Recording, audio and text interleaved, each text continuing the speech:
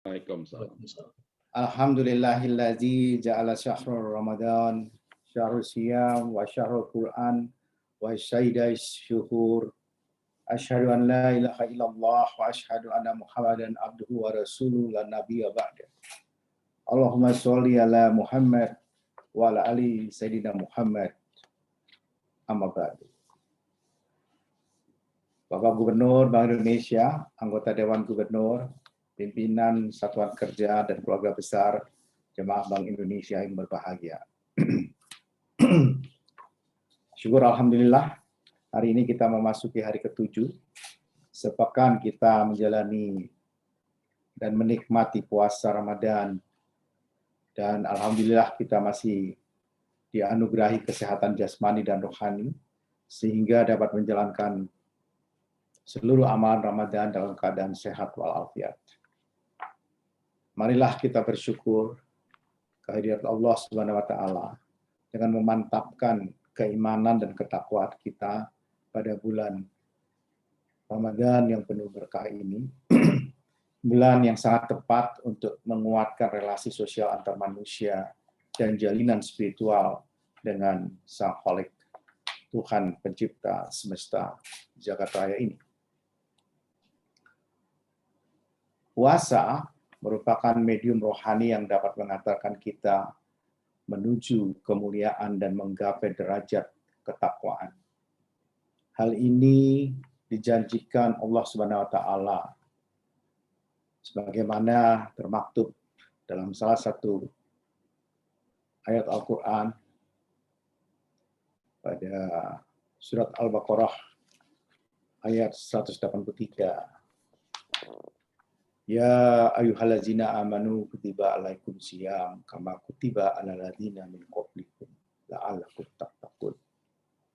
Wahai orang-orang yang beriman, diwajibkan atas kamu sekalian berpuasa sebagaimana diwajibkan atas orang-orang sebelum kamu agar kamu menjadi orang-orang yang bertakwa.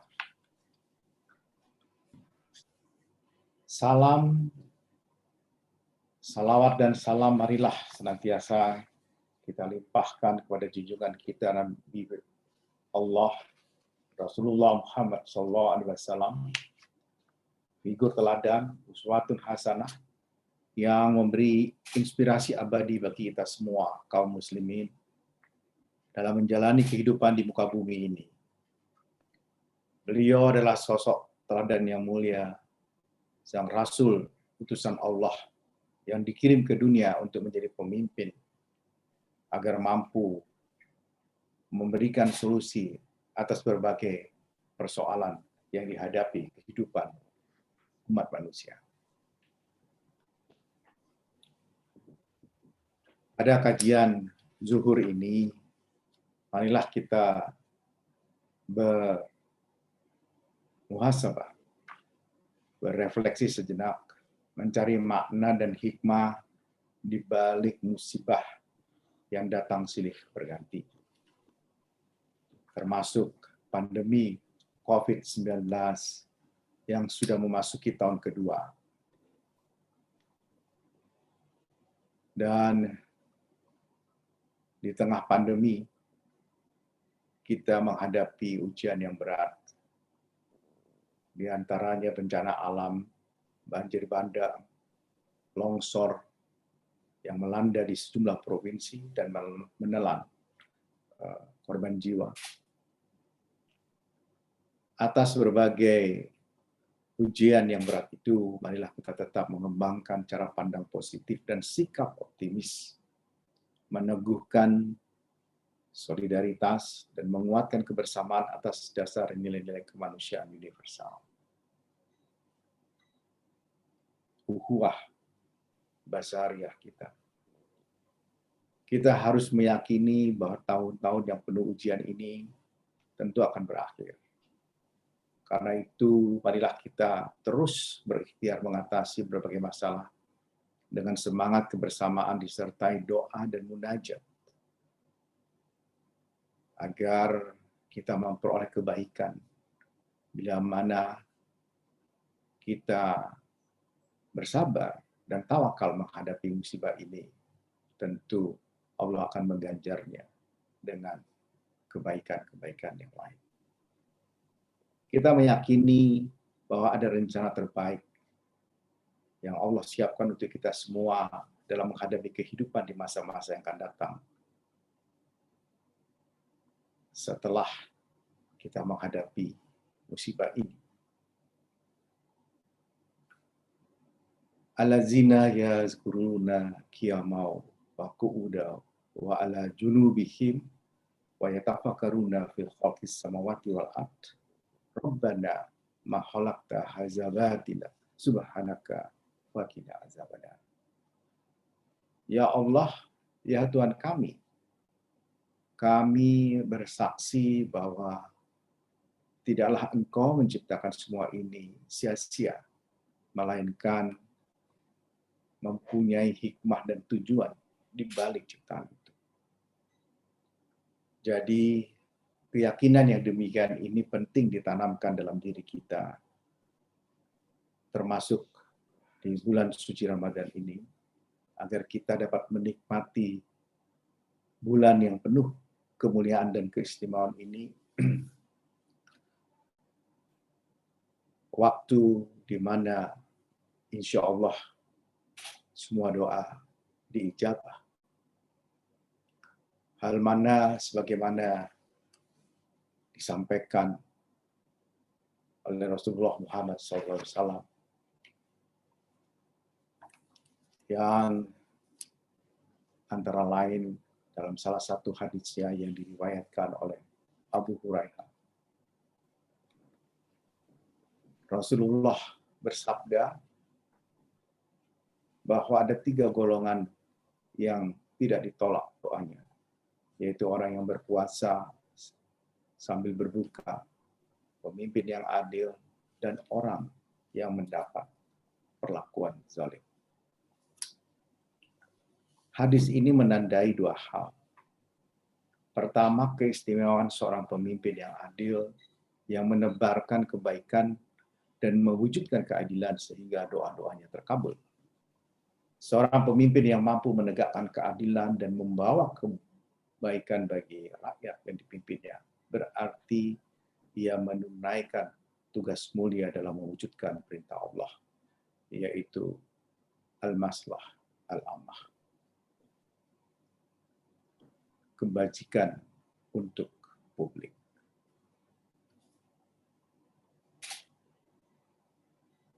Al-maslahah al-ammah ini seringkali diiringi juga dengan berbagai cobaan. Sehingga seorang pemimpin yang mengemban amanah dalam mengurus suatu pemerintahan negara atau membantu para pejabat dalam melaksanakan tugas dan urusan publik untuk kepentingan umum dan demi kesejahteraan rakyat, disertai seruan untuk menaati semua perintah Allah dan menjauhi segala larangannya, maka para malaikat akan membantu mempercepat doa-doa yang dipanjatkannya sampai kepada Allah Subhanahu wa taala untuk kemudian dikabulkan. Yang kedua, keterkaitan puasa dan kepemimpinan. Puasa dapat menunjukkan kualitas dan karakter seorang pemimpin. Puasa merupakan bentuk pelatihan rohani yang dapat meneguhkan sikap dan memperkuat karakter, suatu hal yang diperlukan bagi seorang pemimpin. Sebagaimana kita harapkan demikianlah semua pemimpin. Puasa juga memberikan pelajaran penting bukan saja mengenai kepatuhan dan ketaatan dalam menjalankan perintah Allah Subhanahu wa taala, hanya sekedar rutinitas atau membatalkan kewajiban, tetapi juga di dalamnya termuat etika sosial dan moralitas publik, bahwa setiap manusia itu harus bersikap jujur, terpercaya, ikhlas, dan amanah. Puasa adalah ibadah yang paling pribadi, saking pribadinya itu berurusan langsung kepada Allah. Sehingga semua sifat dan karakter tersebut diuji melalui puasa untuk menentukan siapa di antara hamba-hambanya yang mampu menunjukkan dan mempertahankan integritasnya. Maka pemimpin yang berintegritas, jujur, dan terpercaya, niscaya diharapkan dapat menunaikan dan menegakkan nilai-nilai etika sosial dan moralitas publik ketika para pemimpin ini menjalankan kepemimpinannya atau menunaikan tugas-tugas pengabdian ketika berkhidmat kepada rakyat, menegakkan keadilan, dan tentu saja memuliakan umat manusia. Bapak Gubernur Bank Indonesia dan seluruh keluarga besar Bank Indonesia merujuk pada pesan-pesan di dalam Al-Quran. Tugas seorang pemimpin sungguh berat dan penuh tantangan. Karena itu bagi pemimpin yang sepenuhnya berkhidmat untuk kepentingan umum, memiliki kedudukan tinggi dan punya derajat mulia dalam pandangan Allah. Al-Quran memerintahkan setiap insan yang menjadi pemimpin untuk memakmurkan bumi, mewujudkan kebajikan, dan mencegah kemungkaran. Al-amru bil al-ma'ruf wa nahyu al-munkar. Berkenaan dengan hal ini, Allah memberikan pelajaran penting dalam suatu dialog dengan para malaikat sebagaimana termaktub di dalam Al-Quran. Ingatlah ketika Tuhanmu berfirman kepada para malaikat, sesungguhnya aku hendak menjadikan seorang khalifah di muka bumi. Mereka berkata, mengapa engkau menjadikan khalifah di muka bumi itu orang yang akan membuat kerusakan padanya dan menumpahkan darah. Padahal kami senantiasa bertasbih dengan memuji engkau dan mensucikan engkau. Kira-kira demikianlah para malaikat itu membuka. Kemudian Allah menyahutinya dengan firman, sesungguhnya aku mengetahui apa yang tidak kamu ketahui.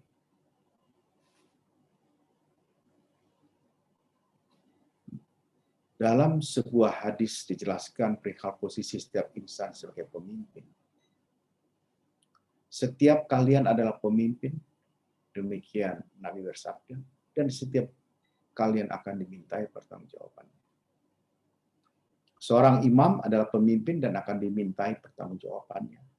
Seorang laki-laki adalah pemimpin atas keluarganya dan ia akan dimintai pertanggungjawabannya. Seorang wanita adalah pemimpin atas rumah suaminya dan ia pun akan dimintai pertanggungjawabannya.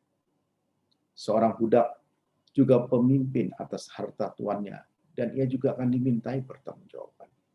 Sungguh setiap kalian adalah pemimpin dan setiap kalian akan dimintai pertanggungjawaban. Dalam sejarah Islam, Rasulullah Muhammad SAW dan para sahabatnya memberikan pelajaran yang berharga tentang bagaimana menjadi sosok pemimpin yang ideal. Mengingat setiap ucapan dan tindakan pemimpin akan menjadi rujukan dan ditiru. Maka para pemimpin tentu harus mampu merepresentasikan dirinya sebagai seorang figur yang terpuji, berakhlak mulia, dan tentu senantiasa merujuk pada Al-Quran dan hadis. Seorang pemimpin harus memberi inspirasi, pandai dengan ilmu pengetahuan dan kemampuan membaca tanda-tanda zaman, mengobservasi tren perkembangan zaman. Karena setiap pemimpin dilahirkan sesuai dengan meminjam ungkapan yang masyhur, yaitu Zeitgeist, jiwa zaman. Bahkan Arnold Toynbee, seorang ahli sejarah yang menurut saya mengutipnya dari seorang sahabat Rasulullah dan juga adalah sepupunya, Ali bin Abi Thalib radhiyallahu anhu, yang mengatakan bahwa setiap orang ada zamannya dan setiap zaman ada orangnya.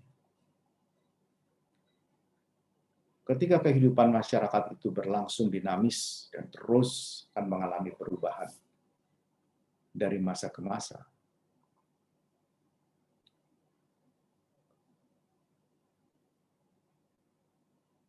tentu memerlukan seorang pemimpin yang mampu menjelaskan keberlangsungan kedinamikaan atas perubahan yang terjadi dari waktu ke waktu.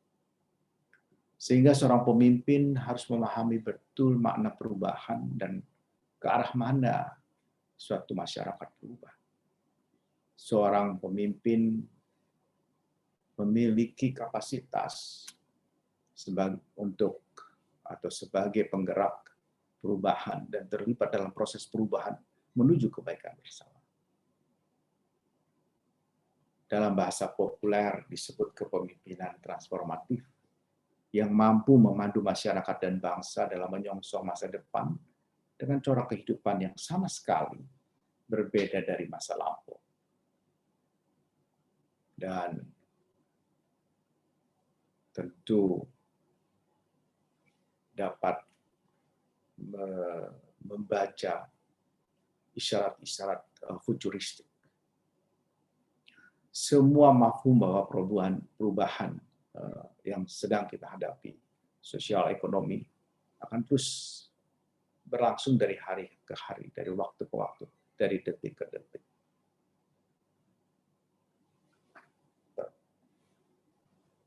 Kita juga tidak rasakan apa yang telah terjadi beberapa jam yang lalu, kalau kita ikuti beberapa hari yang lalu, dan kemudian beberapa minggu yang lalu. Kalau kemudian kita buatkan sebuah grafik, maka kita akan memahami apa sebenarnya dalam 10 jam atau 24 jam terakhir, apa yang terjadi dalam 1 minggu, dalam 1 bulan, dan terus.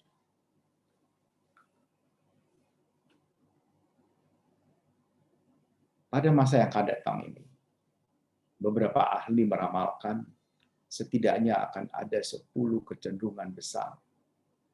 Ada 10 global megatrend yang diperkirakan akan mempengaruhi kehidupan masyarakat di seluruh muka bumi. Yang pertama, yang mudah sekali kita hitung dan kita ikuti, bahkan terjadi pertambahan penduduk. Dan pada tahun 100 tahun Indonesia merdeka, atau pada tahun 2045, diperkirakan penduduk dunia akan mencapai hampir 10 miliar jiwa atau 9,45 miliar jiwa. Yang artinya dibandingkan tahun 2015, itu ada kenaikan sebesar 2,1 miliar jiwa.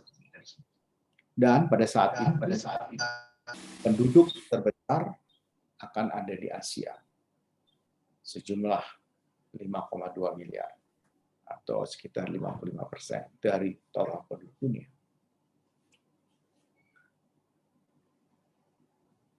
Tren yang kedua, ini mengikuti tren pertama, yaitu terjadi urbanisasi global, di mana sekitar 65% penduduk dunia akan tinggal di perkotaan.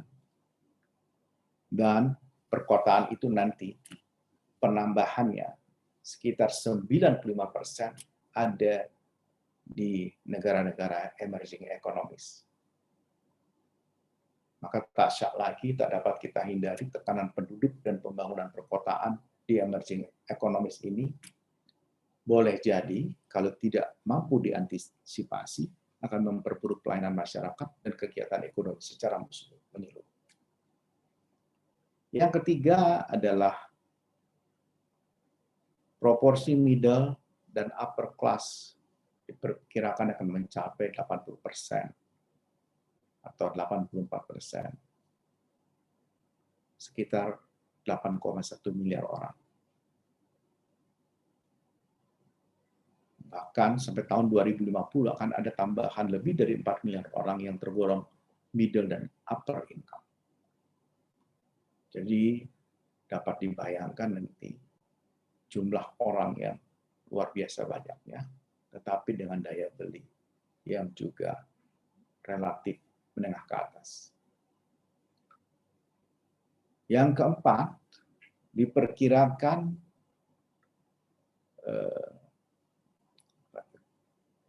di negara-negara emerging economies ini akan terjadi peningkatan nilai output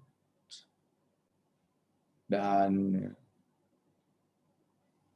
nilai output itu diperkirakan akan berkontribusi 71% terhadap total nilai output dunia. Dan seperti tadi juga dengan linear dengan jumlah penduduk yang bertambah dan linear dengan tren berkembangnya kota-kota menengah termasuk urbanisasi, maka Asia sekali lagi akan menjadi pendorong utama dalam hal output global ini yang kira-kira kontribusinya akan mencapai 54%. Pertumbuhan perdagangan yang kelima secara global juga tentu akan stabil pada masa itu. Laju pertumbuhan perdagangan antar negara berkembang juga diperkirakan akan relatif lebih tinggi. Hampir 2 kali lipat dari pertumbuhan perdagangan global. Kemudian diperkirakan mata uang US dollar akan menjadi multi currencies, sementara aset keuangan emerging economies akan lebih besar dari negara maju.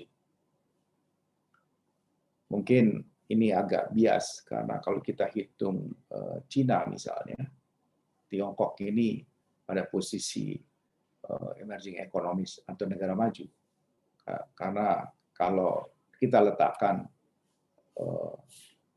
Tiongkok di negara maju, maka sebenarnya emerging economies juga tidak terlalu dominan.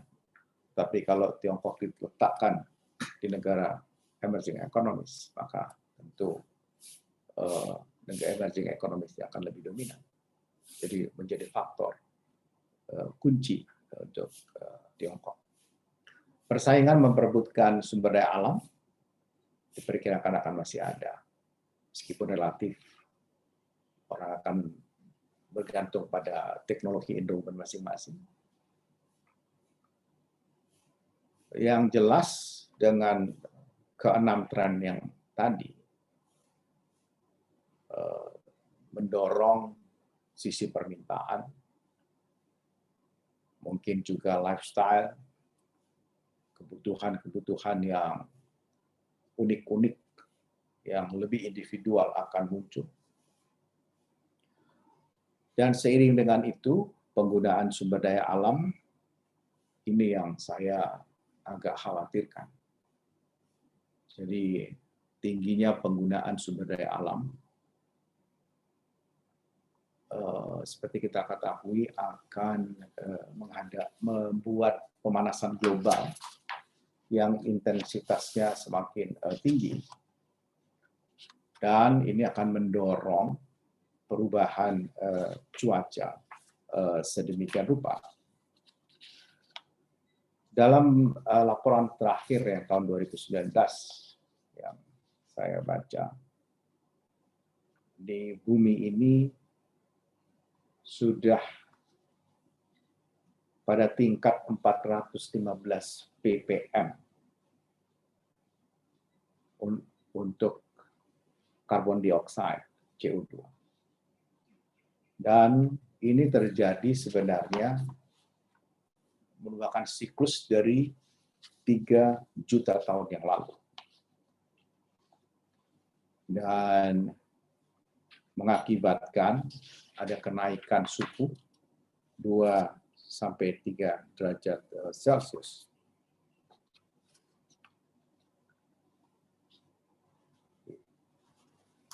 Dan sebagaimana diingatkan oleh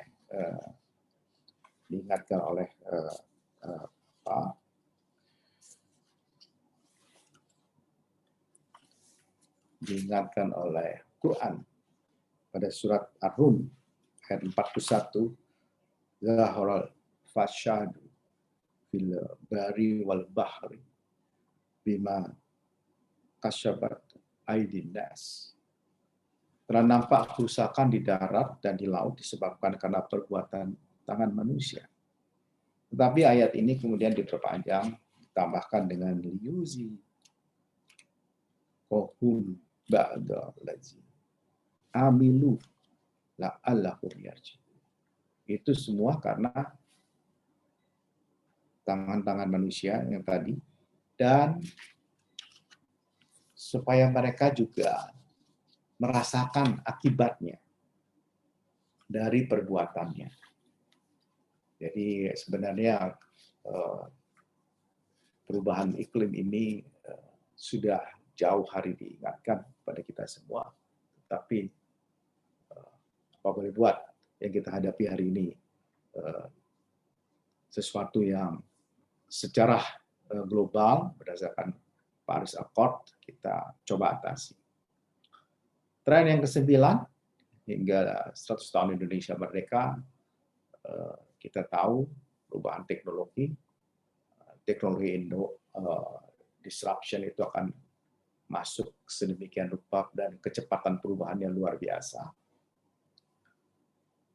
Dan yang terakhir adalah mungkin akan terjadi pergeseran kekuatan geopolitik, dan mudah-mudahan tidak terjadi perang dunia ketiga.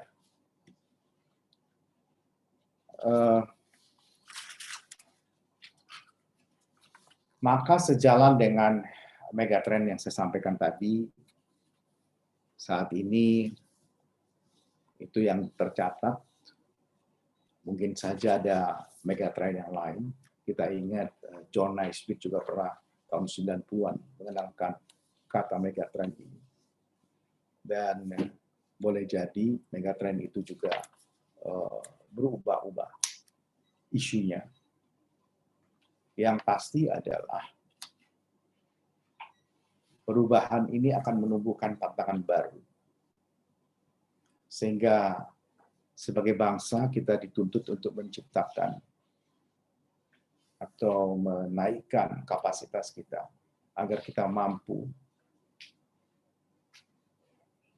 ikut serta di dalam perubahan itu, dan bahkan ikut mendorong atau menentukan arah dari perubahan. Sejumlah ahli antara lain yang tergabung dalam World Economic Forum membuat perkiraan bahwa sebesar 60% pekerjaan di dunia akan mengalami otomasi. Ini harus kita respon. Sebanyak 30% pekerjaan di dunia konon akan digantikan oleh mesin-mesin canggih, artificial intelligence. Dan 26 juta pekerjaan baru tercipta akibat bangkitnya online commerce pada tahun 2020-an ini. Hasil dari beberapa studi juga mengungkapkan bahwa penciptaan jenis pekerjaan baru yang diakibatkan oleh revolusi industri 4.0 akan diikuti dengan peningkatan produktivitas. Mudah-mudahan peningkatan produktivitas juga terjadi di tanah air kita. Dan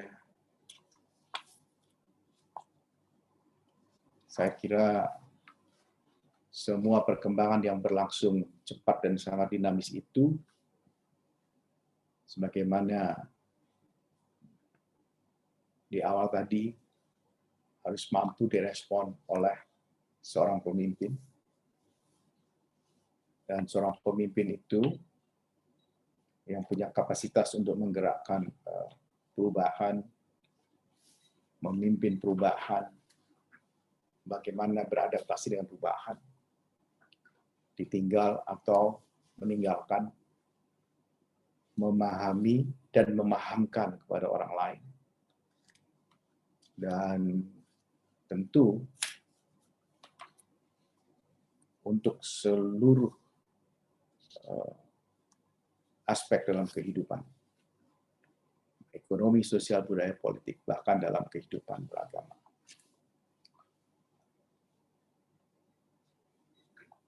Dan pemimpin-pemimpin yang kita harapkan ini, pemimpin yang memahami hakikat perubahan zaman, pemimpin yang juga mampu melakukan adaptasi dan akomodasi atas perubahan,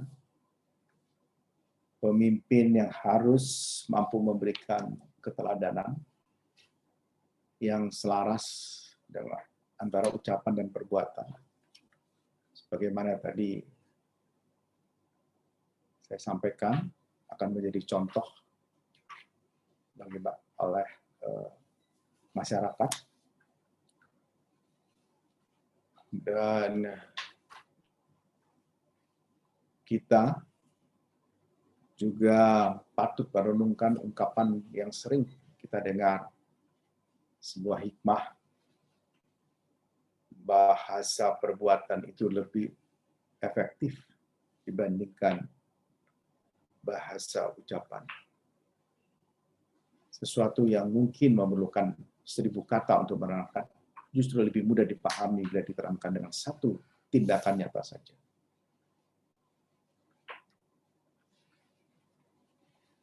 Dalam surat Al-Fussilat ayat 30, Allah berfirman, sesungguhnya orang-orang yang berkata Tuhan kami adalah Allah, kemudian mereka meneguhkan pendirian mereka, maka malaikat-malaikat akan turun kepada mereka dengan berkata, janganlah kamu merasa takut dan janganlah kamu bersedih hati. Dan bergembiralah kamu dengan memperoleh surga yang telah dijanjikan kepadamu.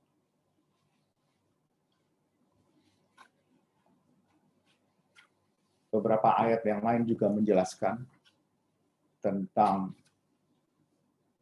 bagaimana Allah menjanjikan bagi orang-orang yang meneguhkan pendiriannya, menegakkan kebenaran dalam memimpin.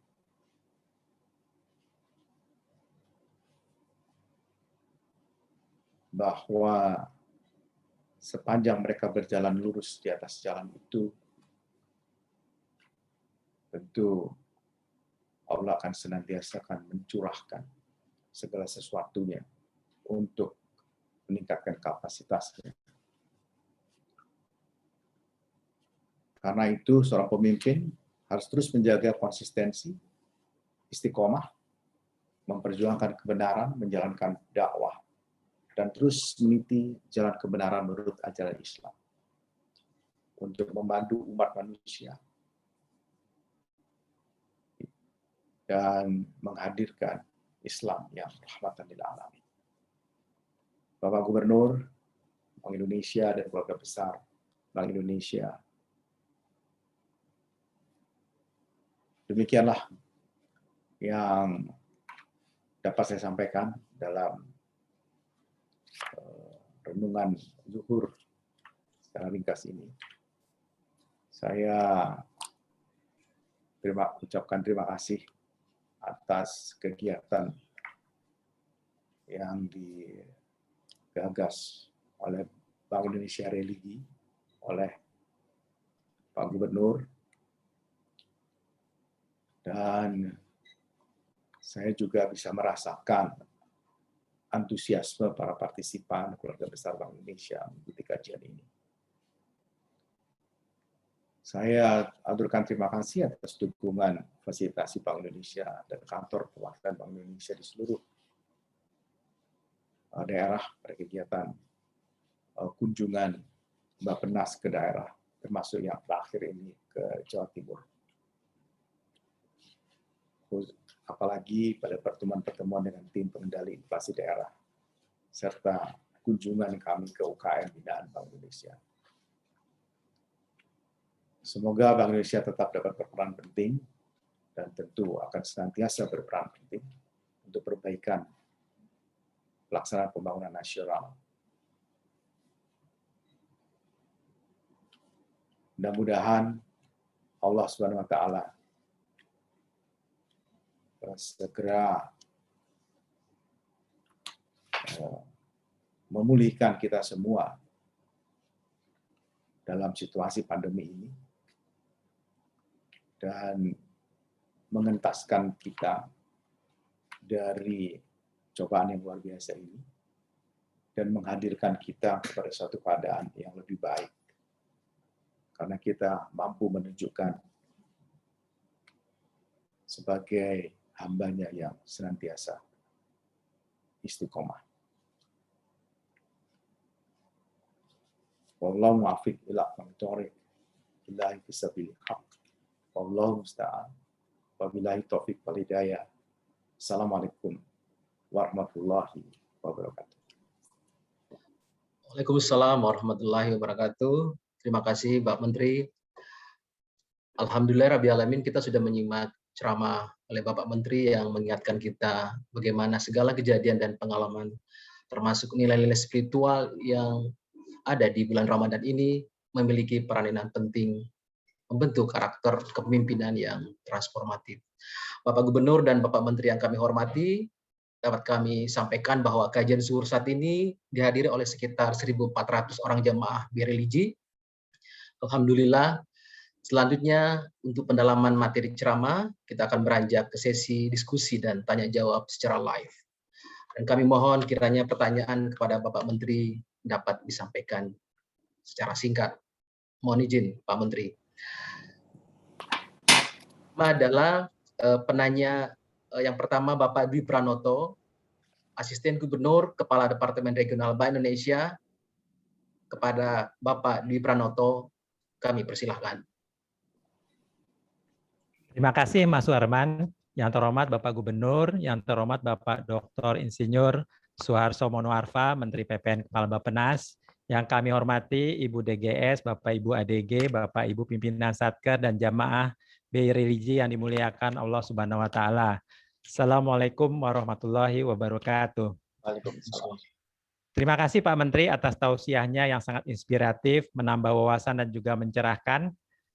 Menarik juga di sini aspek yang diangkat Pak Menteri terkait karakteristik kepemimpinan yang transformatif, yaitu memahami perubahan zaman, mampu beradaptasi, mengakomodasi perubahan dan memberikan keteladanan yang selaras antara ucapan dan perbuatan yang saya kira ini sangat penting untuk kita garis bawahi. Yang kedua, untuk penjelasan Bapak tentang global megatrend juga saya kira menarik untuk kita simak karena di sini mempengaruhi kehidupan masyarakat yang sangat relevan dalam upaya membangun peradaban dunia menuju tatanan bahkan menuju tatanan dunia baru. Bapak Menteri, dapat kami informasikan juga bahwa kepemimpinan transformatif Bank Indonesia melalui program BLIG sendiri memang diharapkan dapat berperan serta dalam membangun peradaban Islam. Izin mengkut surat An-Nisa ayat 59, surat Al-Fatir ayat 39 dan surat Al-Anbiya ayat 73. Memang di sini menunjukkan bahwa kepemimpinan transformatif itu tidak lepas dari nilai-nilai spiritual yang tadi sudah banyak diangkat oleh Pak Menteri. Memang sebagai khalifah di muka bumi yang ditugaskan untuk selalu taat pada Allah Subhanahu wa Ta'ala dan Rasul-Nya. Selanjutnya kami ingin mengaitkannya sebenarnya dengan pembangunan peradaban Islam. Kalau kita lihat beberapa tadi sudah di-quote juga oleh Pak Menteri, pemimpin khalifah yang memiliki kepemimpinan transformatif seperti Khalifah Umar bin Khattab yang sebagai penggagas ilmu pemerintah Islam, Khalifah Umar bin Abdul Aziz yang juga terkenal dengan pelopor pemerintahan yang bersih dan pencapaian kemakmuran ekonominya, serta Khalifah Harun al-Rashid yang memang di sini yang sangat menaruh perhatian besar terhadap ilmu pengetahuan dan peradaban. Dan juga Sultan Muhammad Al-Fatih yang penakluk Konstantinopel yang sangat reformatif dan toleran. Memang di sini dalam sejarah Islam, pembangunan peradaban Islam dilakukan baik secara fisik maupun non-fisik, Pak Menteri. Memang pembangunan secara non-fisik sangat penting untuk membentuk suatu masyarakat yang religi, tertib, dan maju. Namun di sisi lain memang pembangunan secara fisik sering juga di-refer sebagai penanda dalam sejarah mengenai keberadaan pembangunan atau peradaban. Terkait dengan hal itu, mohon pencerahan Bapak Menteri mengenai kiat sebagai pemimpin transformatif untuk melakukan prioritas dan balancing antara membangun peradaban Islam yang secara fisik dan juga non-fisik yang tentunya di sini tetap berlandaskan spiritual yang niatnya memang untuk kesejahteraan masyarakat, terutama di era digital dan transformasi teknologi yang berlangsung cepat dan dinamis seperti saat ini. Demikian Bapak Menteri, wassalamualaikum warahmatullahi wabarakatuh. Waalaikumsalam warahmatullahi wabarakatuh. Terima kasih Pak Dwi. Mohon izin Pak Menteri, kami melanjutkan dengan pertanyaan kedua. Pertanyaan kedua langsung dari Tokyo, Bapak Kausa Iman Karana, Direktur Eksekutif, Kepala Perwakilan Bank Indonesia Tokyo. Kepada Bapak Iman kami persilakan. Terima kasih Ustadz Suharman Tabrani. Yang terhormat Ayahanda Gubernur Bank Indonesia Bapak Peri Warjio, Al-Mukarrom Bapak Dr. Insinyur Haji Suharto Monarva, Menteri Negara Perencanaan Pembangunan Nasional dan juga Kepala Bappenas Republik Indonesia. Yang kami hormati Deputi Gubernur Senior Ibu Destri Damayanti dan juga Deputi Gubernur Bapak Sugeng, Ibu Rosmaya Hadi, Bapak Dodi Budiwaluyo dan Bapak Doni P. Yuwono. Kemudian juga kepada para pejabat Bappenas yang juga ikut dalam majelis kajian luhur kali ini, serta para peserta majelis kajian luhur PRLC yang dirahmati Allah SWT. Assalamualaikum warahmatullahi wabarakatuh. Mohon izin Bapak Gubernur, kami bertanya kepada Pak Menteri. Pertama-tama tentunya kami aturkan banyak terima kasih Bapak atas tausiah luhurnya yang sangat menginspirasi kami, dan namun demikian perkenankan kami menyampaikan beberapa hal yang menjadi pertanyaan kami terkait dengan beberapa perubahan dan juga ketidakpastian di era pandemi ini. Tadi sudah disinggung di awal tausiah Bapak bahwa seperti kita ketahui bahwa di era pandemi ini memang sangat penuh ketidakpastian dan banyak sekali perubahan yang sangat ekstrim. Ketidakpastian ini juga kami alami Bapak di Jepang yang baru saja memasuki masa pasca pencabutan status darurat yaitu state emergency. Yang kedua, pada saat menjelang pencabutan status darurat kami telah merencanakan dan sepakat dengan para mitra kerja untuk melakukan berbagai pertemuan ataupun event secara offline. Namun ternyata pada kenyataannya muncul lagi varian baru untuk COVID-19 ini yang ternyata menyebar lebih cepat sehingga jumlah kasus COVID di Jepang juga kembali meningkat. Bahkan saat ini di Jepang juga sedang menghadapi kemungkinan gelombang keempat ataupun fourth wave daripada pandemi COVID ini. Dan pemerintah didesak oleh tim ahli untuk segera menerapkan kembali status darurat nasional atau state of emergency. Sehingga perkembangan ini tentunya juga sangat berdampak kepada perencanaan kami dan juga pengelolaan sumber daya kami di kantor perwakilan BI di Tokyo. Atas kondisi tersebut terdapat beberapa pertanyaan dari kami Bapak Menteri terkait dengan tadi tausiah Bapak terkait dengan kepemimpinan yang transformatif. Pertama adalah sebagai pemimpin Muslim, bagaimana kita menerapkan kepemimpinan transformatif yang efektif di era pandemi seperti saat ini. Yang kedua, bekal ataupun modal apa saja yang harus dimiliki oleh seorang pemimpin agar dapat menjadi pemimpin yang transformatif.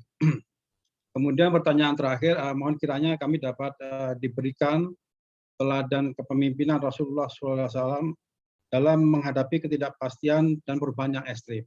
Barangkali itu Bapak Menteri pertanyaan dari kami. Terima kasih. Wassalamualaikum warahmatullahi wabarakatuh. Waalaikumsalam warahmatullahi wabarakatuh. Terima kasih Pak Iman.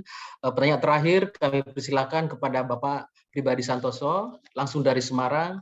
Pak Pribadi adalah Direktur Eksekutif dan Kepala Perwakilan Bank Indonesia Jawa Tengah. Kepada Pak Pribadi dipersilakan. Terima kasih Pak Ustadz Suharman. Bismillahirrahmanirrahim. Assalamualaikum warahmatullahi wabarakatuh. Yang terhormat Ayahanda Bapak Gubernur Bank Indonesia, yang terhormat Bapak Menteri Manajemen BUMN Dr. Insinyur Suharto Monarva, Yang kami hormati Bu DGS, Bapak Ibu ADG, Bapak Ibu AG, dan juga hadirin jamaah sekalian berbahagia. Terima kasih Pak Menteri atas perkenannya memberikan ceramah pada siang hari ini yang menurut saya juga merupakan topik yang aktual dan relevan dalam menghadapi kondisi saat ini yang penuh tantangan dan juga ketidakpastian. Mohon izin untuk langsung ke pertanyaan Pak Menteri. Tadi disampaikan bahwa dalam perkembangan terakhir ini ada kecenderungan 10 megatrend yang akan mewarnai perkembangan sosial ekonomi ke depan. Terkait dengan itu tentunya memerlukan kepemimpinan yang transformasional yang sesuai dengan kondisi yang dihadapi.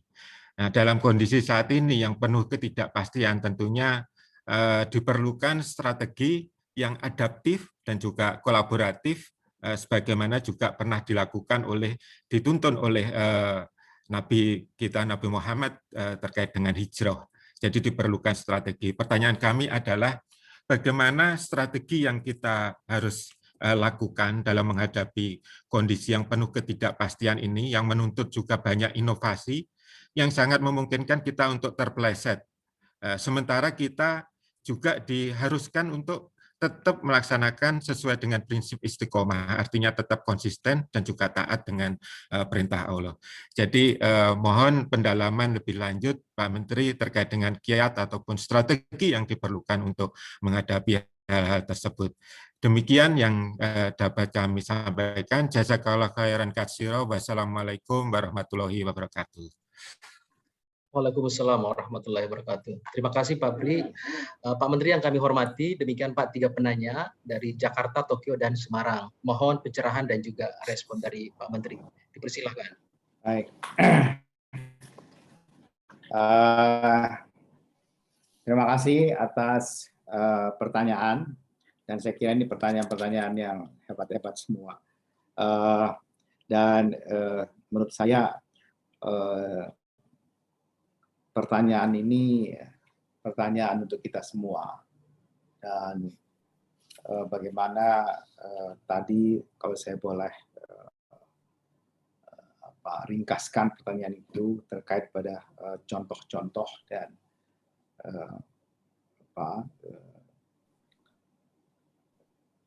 apa dalam situasi yang seperti ini apakah mungkin? Tapi sebelum menjawab pertanyaan itu, saya ingin mengingatkan saja ada ayat yang saya kira sangat populer kita ketahui. Saya coba buka tadi ini, surat Ali Imran ayat 110. Dijelaskan bahwa Auzubillahi kuntum khairu ummatin ukhrijat lin-nas ta'muruna bil ma'ruf wa tanhauna 'anil munkar wa tu'minuna billah. Di situ Allah mengatakan bahwa kamu itu adalah umat yang terbaik yang dilahirkan untuk manusia. Tetapi definisi yang terbaik untuk manusia itu dilanjutkan dengan, jadi bukan hanya berhenti di ukhrijatil linnas, tetapi adalah ta'muruna bil ma'ruf wa tanhauna 'anil munkar, yaitu yang menyuruh kepada yang ma'ruf dan mencegah yang munkar. Jadi mendorong kebaikan dan mencegah kemunkaran. Tapi yang sering orang lupa juga, ada lagi kalimat berikutnya, yaitu wa tu'minuna billah, dan beriman kepada Allah. Jadi tidak hanya sekedar amar ma'ruf nahi munkar berhenti di situ, tetapi juga beriman kepada Allah.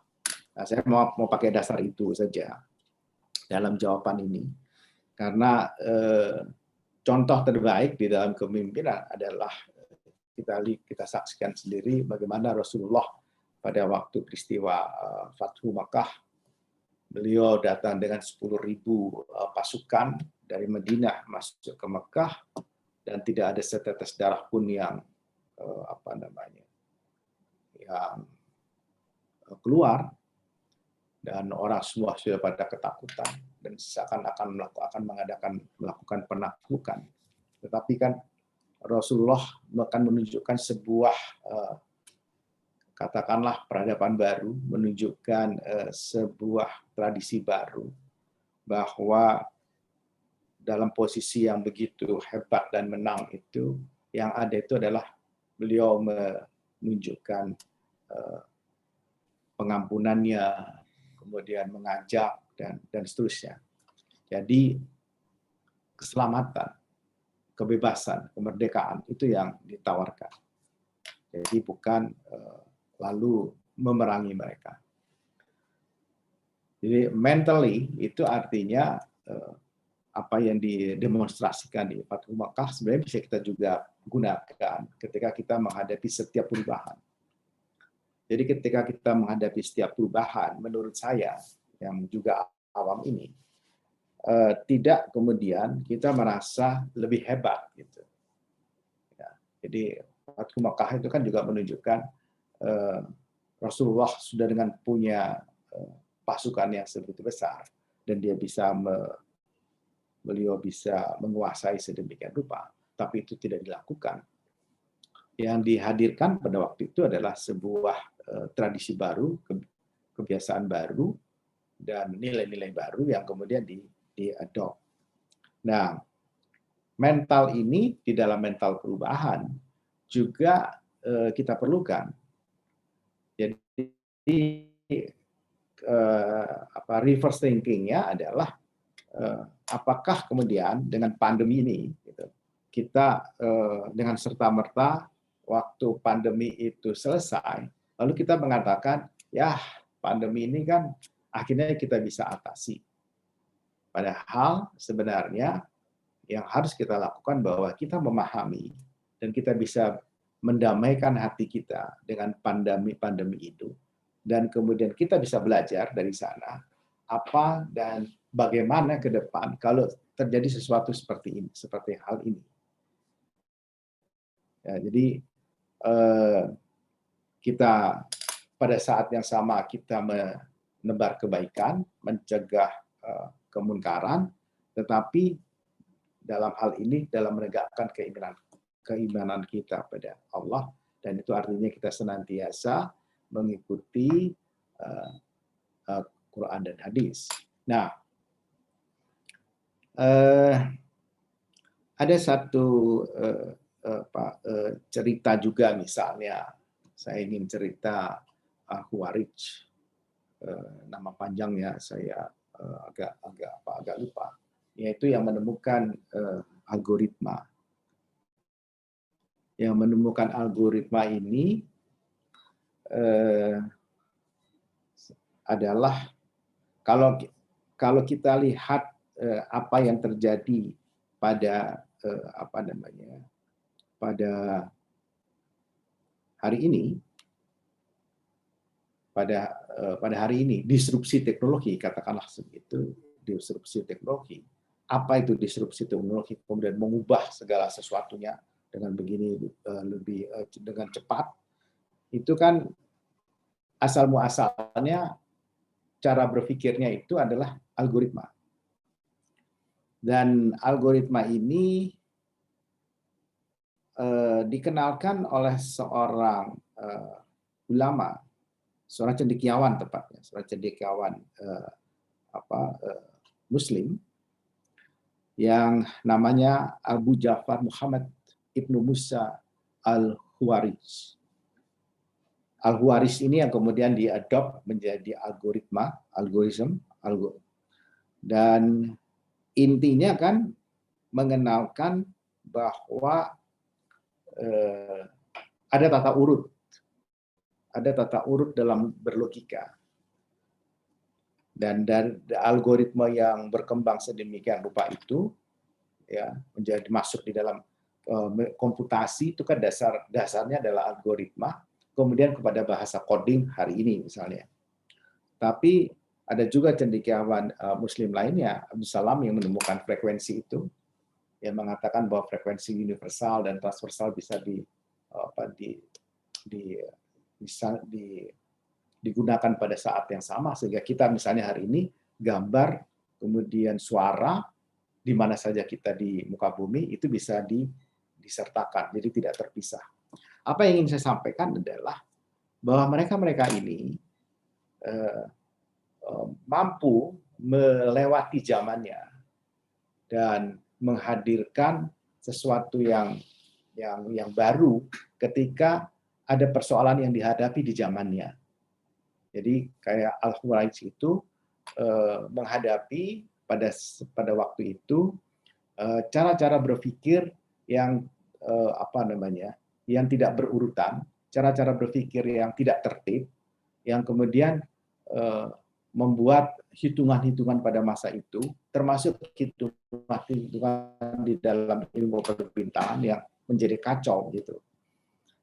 Dan kemudian perhitungan-perhitungan penanggalan misalnya, yang kita tahu pada penanggalan yang 10 bulan, 12 bulan, dan akhirnya sekarang kita menggunakan dengan 12 bulan. Jadi orang-orang ini, orang-orang hebat ini menurut saya, kalau pakai bahasa sekarang, mereka yang menghadirkan megatrend itu, dan kemudian bisa mengantarkan perubahan itu sedemikian rupa menjadi sebuah tradisi baru yang diterima, social acceptance-nya tinggi, tanpa harus kemudian meninggalkan syariat-syariat yang memang sudah ditentukan. Jadi demikian halnya dengan situasi hari ini. Jadi saya ingin mengatakan kalau kita hadapi pandemi ini, sekarang sudah ada muncul gelombang ketiga, tadi diceritakan di Jepang, sekarang ada situasi seperti ini. Sebab juga diingatkan oleh Quran bahwa setelah satu pekerjaan selesai, kita tentu akan faiza faragta fanshob. Setelah itu kita akan ada pekerjaan lainnya. Jadi kita senantiasa suka berpuas diri itu, karena kita anggap sudah berakhir, sudah selesai, lalu ternyata belum. Gitu. Nah, memelihara konsistensi itu menjadi tugas pemimpin. Bahwa senantiasa adaptif, menahan diri, tidak langsung mengatakan sudah selesai, musuh sudah pergi. Saya kira tidak begitu. Jadi seperti juga ketika Rasulullah di Fatu Mekah itu juga tidak, kemudian ada sahabat menanyakan, kita menang dari perang yang mana? Nah, jadi tidak seperti itu, karena setelah itu ada pekerjaan besar yang lainnya. Saya kira itu jawaban yang saya bisa sampaikan, mudah-mudahan memuaskan, setidak-tidaknya akan menggugat kita berpikir lagi, gitu. Dan sekali lagi terima kasih pada Ustadz yang memoderatori ini, Pak Suharman Tabrani, kepada Pak Gubernur Bank Indonesia, Pak Peri Yono, terima kasih atas kesempatan ini sekali lagi, dan mudah-mudahan kita bisa bertemu dengan kajian-kajian lainnya yang akan membuka cakrawala pemikiran kita dan hasanah-hasanah yang begitu kaya di muka bumi ini. Assalamualaikum warahmatullahi wabarakatuh. Waalaikumsalam. Terima kasih Pak Menteri, terima kasih matur nuwun, tausiahnya sangat bagus, karuan menikmatinya. Ini betul-betul bagaimana kita mempelajari bahwa Islam rahmatan lil alamin, dan kita semuanya pemimpin-pemimpin, Bapak, kita semuanya adalah memang di tengah-tengah bagaimana kontribusi kita, peran kita dalam membangun peradaban yang membutuhkan kepemimpinan yang transformatif. Insya Allah itu kita menjadi panutan kita, Pak. Terima kasih. Semoga Bapak selalu sehat terlalu. Sehat, Pak. Jangan bosan-bosan kalau saya aturi lagi rawuh di sini. Monggo, Pak, dengan senang hati. Matur nuwun, Bapak, matur nuwun. Sekali lagi. Waalaikumsalam. Terima kasih Pak Gubernur, Pak Menteri, Bapak Ibu sekalian kami hormati. Menutup acara kajian zuhur spesial hari ini, mohon kepada Ustadz Amami Suhendar dari Manajemen Masjid Baitul Ihsan Bank Indonesia untuk dapat memimpin doa bagi kebaikan dan keselamatan bangsa dan negara Indonesia serta institusi pemimpinan dan pegawai Bank Indonesia. Kepada Ustaz Amami Suhendar, dipersilahkan. Terima kasih, Ustaz Suharman. Assalamualaikum warahmatullahi wabarakatuh. Bapak Ibu yang dimuliakan Allah Subhanahu wa taala, mari kita akhiri acara ini dengan berdoa kepada Allah. Semoga Allah Subhanahu wa taala meridhoi kita semua dalam acara ini. A'udzubillahi minasyaitonirrajim. Bismillahirrahmanirrahim. Alhamdulillahi rabbil alamin, hamdan syakirin, hamdan na'imin, hamdan yuwafi ni'amahu wa yukafi mazidah. Ya Rabbana lakal hamdu wa lakal syukru kama yanbaghi li jalali wajhikal karim wa 'azimi sultanik. Allahumma salli wa sallim wa barik ala sayyidina Muhammadin wa ala alihi wa ashabihi ajma'in. Allahumma inna nas'aluka ridhaka wal jannah wa na'udzu bika min sakhatika wan nar. Allahumma innaka 'afuwun karim tuhibbul 'afwa fa'fu 'anna ya karim. Ya Allah, ya Rahman, ya Rahim, dengan menyebut namamu yang agung di bulan yang penuh berkah ini, ya Allah, berkahilah kami dalam acara ini, ya Allah. Ya Allah, ya mujibas sa'ilin, kabulkanlah semua doa dan harapan kami, ya Allah. Ya Allah, ya Ghaffar, yang maha pengampun, ampunilah dosa-dosa kami, ampunilah dosa kedua orang tua kami, sayangilah mereka sebagaimana mereka menyayangi kami di waktu kecil. Ya Allah, ampuni jikalau kami jarang membuatnya tersenyum. Ampuni jikalau kami jarang memuliakannya. Berikanlah kami kesempatan untuk dapat memuliakan mereka, ya Allah. Muliakan ibu bapa kami, ya Allah. Ampuni dosa-dosanya. Jadikan husnul khotimah akhir hayatnya. Lapangkan kuburnya, ya Allah. Ringankan hisabnya, ya Allah. Jadikan mereka ahli surgamu, ya Allah. Ya Allah, ampuni pula guru-guru kami, para pemimpin kami, wabil khusus para pimpinan yang ada di Bank Indonesia dan seluruh pegawai insan Bank Indonesia. Berikanlah petunjuk dan kemudahan bagi mereka di dalam menunaikan tanggung jawab dan janjinya untuk kebaikan dan keberhasilan kehidupan bangsa ini menuju masa depan yang Engkau ridhoi. Ya Allah, ya Razzaq, ya Fattah, ya Salam, turunkanlah keberkahan dan kesejahteraan kepada negeri kami ini, ya Allah, sehingga negeri ini menjadi negeri baldatun thayyibatun wa rabbun ghafur, negeri yang baik, aman, sentosa serta penuh dengan ampunan-Mu, ya Allah. Ya Allah, ya Wali yang Maha melindungi, lindungilah kami dan keluarga kami dari segala macam penyakit dan mara bahaya, terutama dari penyakit COVID-19 yang saat ini masih merebak di negeri ini, ya Allah. Ya Allah, ya Ghani, ighnina bil hilmi wa zayyina bil hilmi wa akrimna bit taqwa wa jammilna bil afiyah. Berkayalah diri kami, ya Allah, dengan ilmu, hiasilah diri kami dengan kebaikan, muliakanlah diri kami dengan ketakwaan, dan baguskanlah diri kami dengan kesehatan. Birahmatika ya arhamar rahimin. Amin amin ya rabbal alamin. Rabbana atina fid dunya hasanah wa fil akhirati hasanah wa qina adzaban nar. Bifadlika subhana rabbika rabbil izzati amma yasifun. Salamun alal mursalin walhamdulillahi rabbil alamin. Terima kasih. Assalamualaikum warahmatullahi wabarakatuh. Waalaikumsalam warahmatullahi wabarakatuh. Amin ya rabbal alamin. Terima kasih Ustaz Amami atas doa yang disampaikan. Bapak Ibu rahimakumullah, kita sudah tiba di penghujung acara kajian suhur siang hari ini. Kami ucapkan terima kasih kepada Bapak Gubernur, Bapak Menteri, dan Bapak Ibu sekalian. Kalau berpuasa jangan pura-pura lupa. Ajakan dan riuan setan jangan diterima. Hari ke-7 Ramadan kini telah menyapa, mari tingkatkan ibadah bersama gerima. Akhirnya, mari kita tutup kajian suhur siang hari ini dengan bacaan basmalah. Alhamdulillahirabbil alamin, dan doa penutup majelis. Subhanaka Allahumma wa bihamdika asyhadu an la ilaha illa anta astaghfiruka wa atubu ilaik. Kami izin pamit, mohon maaf atas segala kekurangan dan kehilapan. Billahi taufiq wa hidayah. Wassalamualaikum warahmatullahi wabarakatuh. Waalaikumsalam warahmatullahi wabarakatuh.